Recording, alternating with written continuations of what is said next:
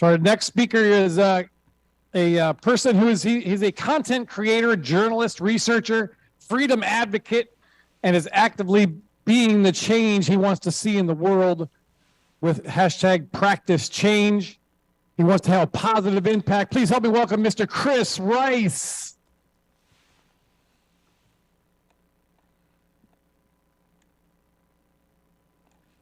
First of all, I'd like for you guys all to clap your hands for yourselves.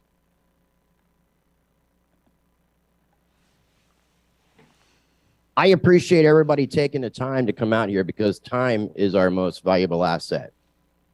And you're giving us your time, and we appreciate that. So for people who might be unfamiliar with me, my name is Chris Rice. Most people call me Rice, and I'm a content creator, journalist, freedom activist, sound money, Austrian economics kind of guy, big into crypto. So I have two different channels. I don't want the crypto thing to turn you off because we're going to flip that around here in a little bit. Because I know what a lot of people think. So I have two YouTube channels. I have Rice TVX, which covers cryptocurrency, economics, politics. And in that, I find that they all kind of correlate. And this is all going to connect together. I'm just going to give you guys just a little intro to myself. So Rice TVX, crypto, economics, politics, Rice Against the Grain. I cover fringe topics, conspiracies, law, legal fiction, history, spirituality. And that's just a little bit about me as a content creator. If you guys want to learn more about my channel, you could check out my website, ricetvx.com. I've got some wooden nickel business cards. If you guys would like to get one, come up to me after the show and I'll hook you guys up. And I still have a few stickers left for Rice TVX. The center point of everything that I personally do is something that I call practice change. And this is the idea of me, you, all of us, but I'm just going to use myself as the example. Me being the change that I want to see in this world. One thing that I used to do was complain about things that I didn't like. And I was just putting negative energy out there. I wasn't doing anything to kind of solve the problem. And that's really not conducive at all. So what I started figuring out was set the example that you would like for others, almost as a template system. And it's not a perfect walk. It's almost trying to walk that narrow path. Every day that we wake up, we are given this opportunity, every day when you go to bed, to just think about what transpired in your day and what happened, good, bad, positive, negative, and reapply all those things and always try to be a better you every day. And if you make mistakes, don't beat yourself up. And all change, it took me a while to learn this, begins with loving yourself. Because you cannot give anything to somebody else any more than you have for yourself. So I can't love you if I don't love me. So it all starts here, individually. And the more of us that I feel that represent that practice change, because we have to practice changing into a better individual, better people.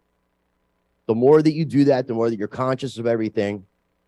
And again, you will make mistakes. It's not a perfect walk. It's never going to be a perfect walk. But the most important thing is to make sure that we are all individually learning from all of those different things that we're experiencing so that we can reapply them the correct way.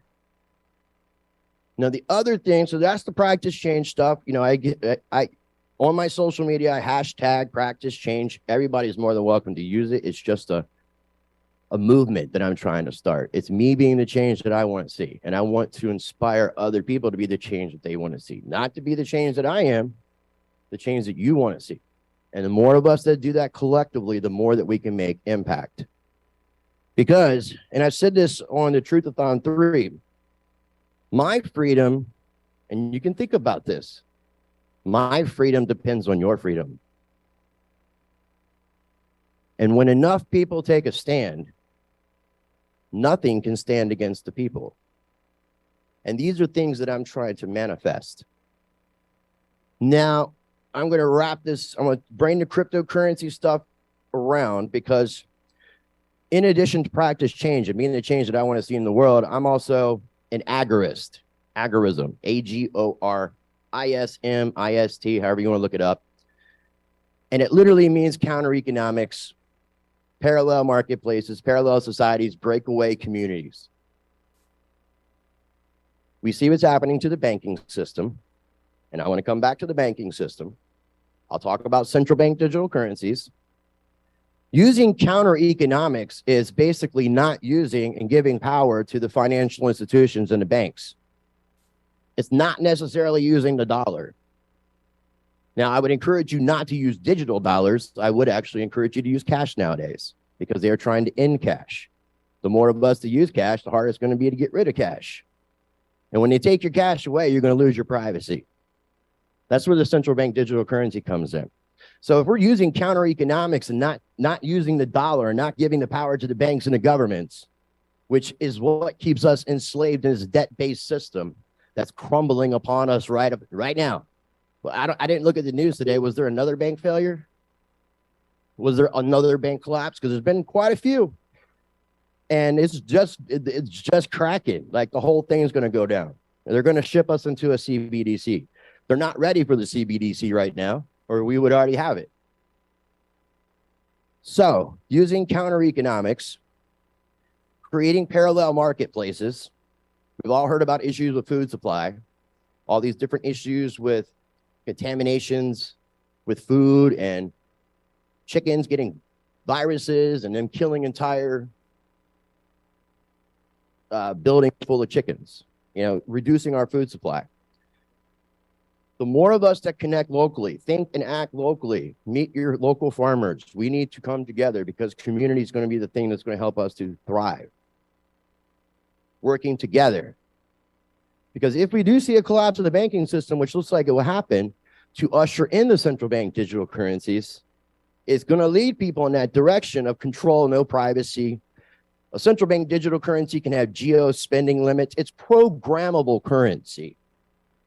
It could be attached to a social credit score. It could be attached to a carbon footprint. Ultimately, they could decide what you can and can't purchase. They can give limitations on saving, where you can't save. Expiration dates, where you have to spend the money, the CBDC, in a certain time period, or it's no longer good. Can't use it. That's programmable currency. And you have no privacy. No privacy. So creating alternative ways for us to have marketplaces, societies, is going to give us opportunities to be able to work together to make sure that whatever the plans that are happening in the United States, that we have ways to look after one another. We have all these little communities that you connect all your little state. You have Tampa community. You have your St. Petersburg community. You have your Fort Myers community. You have your Miami community. And all together, they make up Florida. And you have the same thing in all these other states. And then you connect the states up. So you connect the local areas up regionally, statewide, nationwide, and we can create our own systems. We can create ways of supporting each other's businesses, making sure that we're getting healthier foods, making sure that we're not feeding the machine, the beast. And I think agorism is a solution to old problems. If the dollar crashes, how are you going to survive? Do you have food stored up? Are you preparing yourself for things? If you're not in a position to buy things like gold and silver or invest in things like cryptocurrencies, you have bartering items, bullets, alcohol, medicine, anything you can think of that people need, toilet paper. But you could trade. Imagine 2020 when everybody's out of toilet paper. If you needed a can of ravioli or you needed something for food, could you trade your neighbor some toilet paper for something to eat? In 2020, I know there's a lot of people that wanted some toilet paper. So that just gives you an idea of how. Has anybody in here ever been to jail or prison? Did you ever use stamps to pay for things? They have in a jail and in a prison, they have a currency inside of there. You can trade food items. Stamps are like dollar bills. You could try to shut things like that down, but yeah, I mean, obviously, if you go into a prisoner's cell and you see them with a lot of stamps, you obviously know they're doing something that the police and the jail doesn't approve of, but still, you get the idea. And there's 2 websites that I would encourage people to check out for connecting up with people locally and regionally. The first one is Freedom Cells, and that's freedom just like it sounds, and it's CELLS.org. And it's a way for people to connect up. There's also peoplesrights.org. It's peoples with an S and rights with an S. And that comes from Ammon Bundy. I've interviewed Ammon on my show several times. If you guys are familiar with him from the Bundy standoff. Real freedom fighters. Real people doing things, not trusting some plan. Being proactive. So having these using counter economics, not feeding the banking system, not feeding the governments, takes that power away. Not using their systems and creating our own gives us the power, gives us that ability to survive in times that it's meant for us not to survive. Now, the central bank digital currency, as I said, is a programmable currency. And if you study economics and you understand how money works, Richard Nixon took us off the gold standard in the United States in 1971. Our dollars are backed by nothing.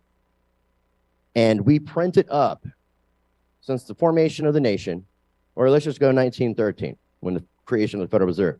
From 1913 to 2019, we printed up X money. In 2020 and 2021, we printed another X, doubling the money supply. That's why we have the inflation that you guys are dealing with right now, because they printed a bunch of money and it devalues the money that's already out there. So they're already attacking your pocket. That's why I encourage people to invest in things like gold and silver. Gold and silver is my present way of preserving what I have. Cryptocurrency is my way to expand it into the future and change my life. And I can't say all cryptocurrencies, but Bitcoin is the example that I'm going to use. For people that think that Bitcoin could have been created by the government, there could be a backdoor, there could be a trap. If you were a coder, you could go through the entire code and audit it. You could verify everything. You don't have to trust it, you verify it. And Bitcoin specifically is the exact opposite of what a central bank digital currency is. That's when the introduction of a central bank digital currency comes about and you lose your privacy, you will appreciate Bitcoin. You will appreciate what it was created for and why it was designed. And what's interesting is even this year, Bitcoin's up over 50% as the banks are collapsing because people are realizing even gold and silver are up right now. When gold is up, it's an indication of a failing currency, a failing nation. And gold is up. Our nation is failing. Our nation is falling apart. Our fiat system is at the end, and they're going to usher us into a central bank digital currency. So when it comes to the legislation,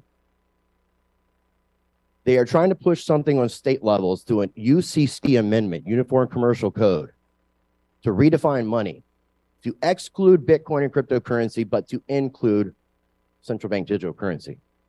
It's been introduced in 24 states. South Dakota's Governor Noem, she vetoed it right away. Governor DeSantis came out a week and a half ago being proactive and put out legislation to block it before it even comes in. Because he realizes, and you have 2 governors. I'm a political atheist. I'm not a Republican. I'm not a Democrat. I'm not here supporting any of that stuff. Right wing, left wing, same bird. If you're trusting the plan, I'm sorry. So again, the central bank digital currency is going to come.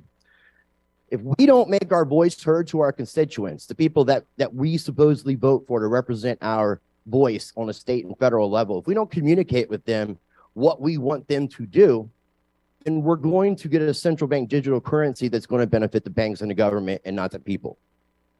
I'm not saying that we would win, but we need to make our voice heard, is what I'm saying. If you're just sitting there being quiet, you're consenting, whether it's manufactured. And realize this too. And Be offended if you like. You are equally the problem. You, me, everybody here. You are equally the problem and the solution. Because everything that happens from the government happens because of the consent of the governed. The consent of you. And if you didn't speak up, if you didn't speak out, you consented. Are you ready to stand up? Are you really actually ready to fight if it comes down to that? I'm not saying it will, but is that where you're ready to take this? I'm not encouraging violence because I said when enough people take a stand, literally nothing can stand against the people and everybody can peacefully change the world. No, we don't consent. We're not going to participate no more. If everybody did that, we could change the world. Last thing I want to say. The banks are collapsing.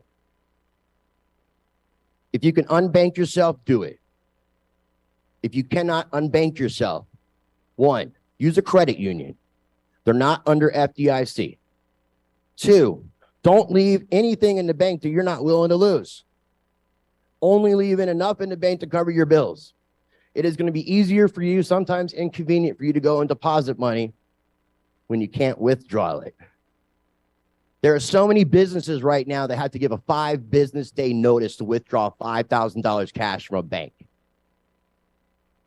When you put your money in the bank, you're giving it to the bank.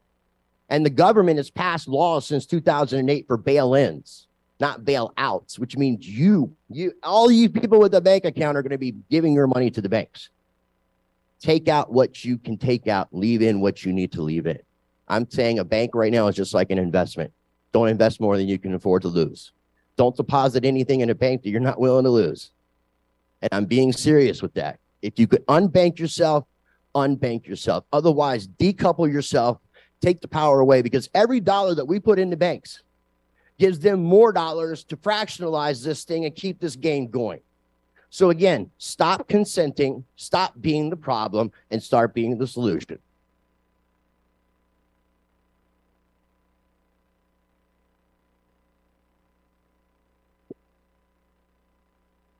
Thank you, guys.